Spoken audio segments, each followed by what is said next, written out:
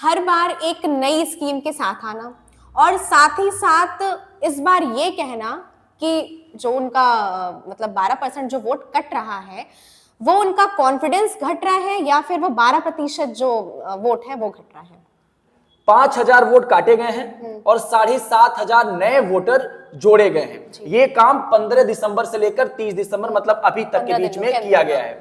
तो ये उनका आरोप है, लेकिन इलेक्शन कमीशन कह रहा है कि जब 6 जनवरी को जो आएंगे, जो लोग पात्र रहेंगे, उनका वो लिस्ट में नाम रहेगा। इलेक्शन कमीशन ने साफ तौर पे कह दिया है। लोगों का कहना है कि जो अरविंद केजरीवाल 10 सालों तक मुख्यमंत्री रहे दिल्ली में, तो लोगों का ये भी कहना है कि उन्होंने दिल्ली की जनता को झूठा आश्वासन भी दिया है।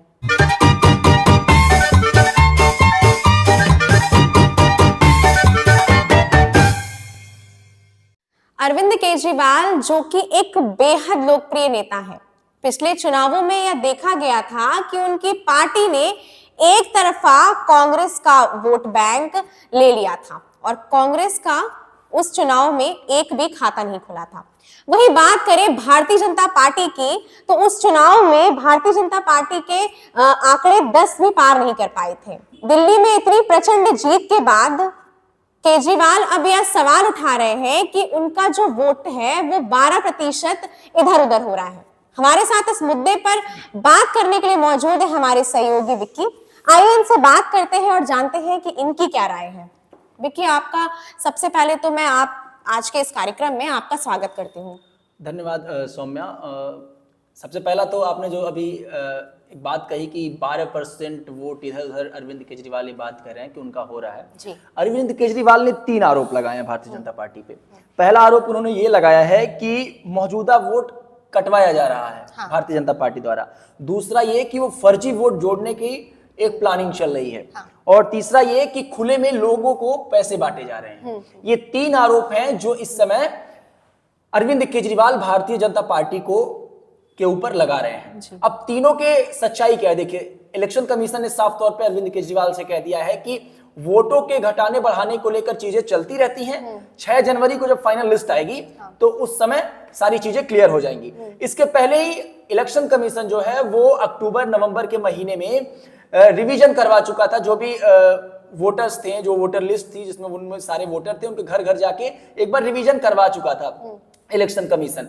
ये जो आरोप लगा रहे हैं अरविंद केजरीवाल, ये कह रहे हैं कि अब नई दिल्ली विधानसभा क्षेत्र की अगर बात कर लें, उन्होंने कहा कि लगभग 1.5 लाख तकरीबन वोट है उस विधानसभा, खास उस विधानसभा क्षेत्र को लेकर उन्होंने कहा कि 5,000 वोट काटे गए हैं और 7,500 नए वोटर जोड़े गए हैं। ये काम 15 दिसंबर से लेकर 30 दिसंबर मतलब अभी तक के बीच में किया गया है। तो ये उनका आरोप है, लेकिन इलेक्शन कमीशन कह रहा है कि जब 6 जनवरी को जो आएंगे, जो लोग पात्र रहेंगे, उनका वो लिस्ट में नाम रहेगा। इलेक्शन कमीशन ने साफ तौर पे कह दिया है।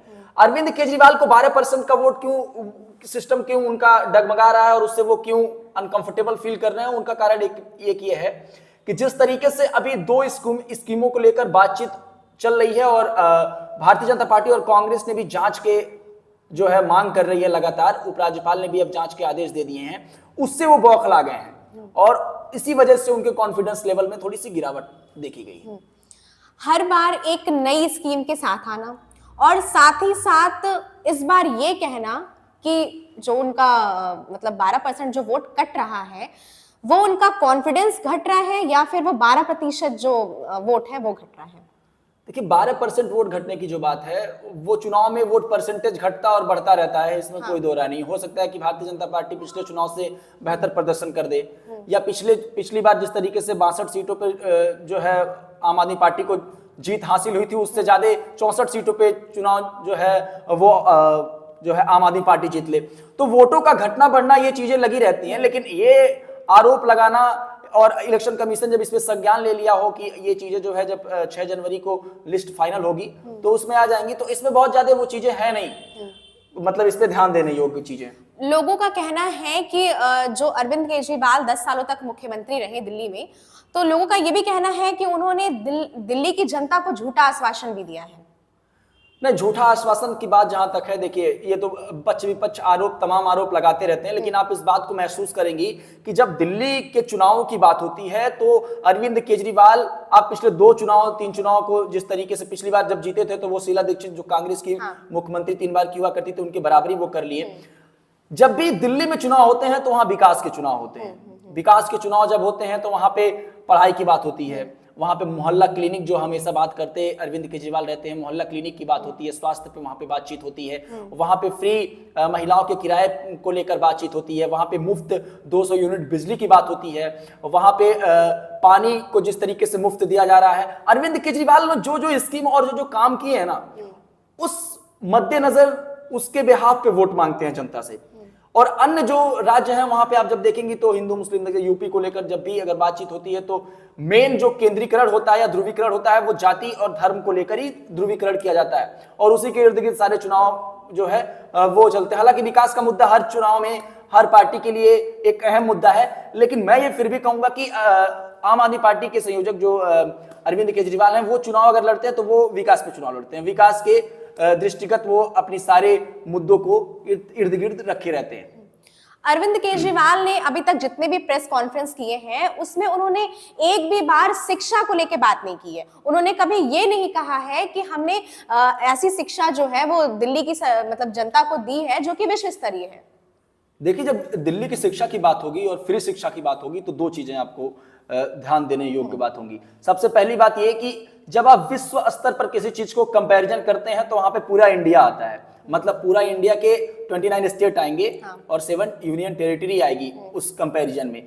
तो आपको सबसे पहले ये देखना होगा कि आप दिल्ली से विश्व स्तरीय तुलना कर रहे हैं या फिर पूरे भारत के एजुकेशन सिस्टम को लेकर आप बातचीत कर रहे हैं। तो कंपैरिजन के लिए 2 चीजें हैं। अरविंद केजरीवाल जो कंपैरिजन करते हैं वो दिल्ली की कंपैरिजन जो है वो अन्य 28 राज्यों के कंपैरिजन में करते हैं। 28 राज्यों की तुलना में दिल्ली का जो स्तर है शिक्षा का और कितना बेहतर वो सुविधा इंफ्रास्ट्रक्चर जो है वो दे रहे हैं, सुविधाएं कैसी दे रहे हैं और कैसे वहां के जो सरकारी गवर्नमेंट टीचर हैं वो किस तरीके से काम कर रहे हैं, उस बिहाफ पे वो बात कहते हैं कि हमने शिक्षा को सुदृढ़ किया है। तो उसके लिए वो लगातार मुखरों के बात, उन्होंने कभी ये बात, आपने जैसे कहा कि वो कभी प्रेस कॉन्फ्रेंस में इस तरीके की बातें नहीं की हैं, तो वो क्यों कहेंगे भाई इस तरीके की बात? अगर विश्व स्तरीय शिक्षा को लेकर होगी तो वहां पे पूरे भारत के शिक्षा व्यवस्था पर सवाल उठेगा ना। पूरे भारत अगर सुदृढ़ होगा पूरे भारत का तो शिक्षा व्यवस्था, तो अन्य देशों के तुलना में उसको कंपैरिजन उसका तुलना किया जाएगा। अच्छा, क्या लग रहा है कि इस बार जो अरविंद केजरीवाल है, क्या उनको वास्तव में ऐसा डर सता रहा है कि वो इस बार चुनाव हार जाएंगे? देखिए, डर सता रहा है या नहीं सता रहा, ये पक्ष विपक्ष दोनों के पास रही है, लेकिन मेन फैक्टर जनता है कि अभी जनता क्या सोच रही है। जनता 2 चीजें सोच रही है। आप सबसे पहले देखिए जिस तरीके से अरविंद केजरीवाल के ऊपर बीते दिनों आरोप लगे वहां पे शराब नीति घोटाले को लेकर, तो उसके पहले तक अरविंद केजरीवाल की छवि एकदम शानदार, बिना भ्रष्टाचार में लिप्त हुए। लेकिन अब जो है तमाम राजनीतिक पार्टियां आरोप लगा रही हैं आम आदमी पार्टी और अरविंद केजरीवाल के और आम आदमी पार्टी के तमाम नेताओं पर कि अरविंद केजरीवाल की जो पार्टी है वो भ्रष्टाचार से संलिप्त है और शराब नीति घोटाला उसका एक साक्ष्य है। हालांकि अब तो जेल से बाहर आ गए हैं, और एक मुख्यमंत्री जब जेल में जाता है तो पार्टी की जो विश्वसनीयता जो है वो कम तो होती ही है। साथ में उस खास जो जिस पार्टी की नींव जो है वो अरविंद केजरीवाल ने रखी है, उस पार्टी का नींव और साथ में उस नेता की छवि भी धूमिल होती है। और सबसे प्रमुख चेहरे मान लीजिए संजय सिंह की बात कर ले, मनीष सिसोदिया की बात कर ले, अरविंद केजरीवाल की बात कर ले, तो ये सारे जो नेता अगर जेल की सलाखों के पीछे इस खास मामले में गए हैं तो जनता के अंदर इसका क्या प्रभाव पड़ा है, आने वाले चुनाव में ये चीजें पता चल सकती हैं कि जनता क्या वाकई सोच रही है कि ये फंसाने की साजिश है या फिर यहाँ पे जो है वो वाकई उनको भ्रष्टाचार में संलिप्त मानती है आम आदमी पार्टी को, ये जनता डिसाइड करेगी। लेकिन एक बात है कि ये चुनाव बहुत दिलचस्प होगा और ये चुनाव इस बात का परिणाम तय करेगा कि दिल्ली में भारतीय जनता पार्टी अभी तक कितनी सुदृढ़ हो पाई है। तो जैसा कि हमारे सहयोगी ने बताया कि जो उनकी राय थी, खैर अब देखना ये है कि क्या अरविंद केजरीवाल इस बार अपनी सत्ता को बचा पाते हैं, क्या वो इस बार वाकई अपनी गद्दी को बचाएंगे। खैर आरोप प्रत्यारोप का दौर तो चलता रहेगा। हमारे साथ बातचीत करने के लिए बहुत बहुत धन्यवाद और ऐसी तमाम सारी खबरें देखने के लिए बने रहे बेधड़क खबर के साथ। धन्यवाद।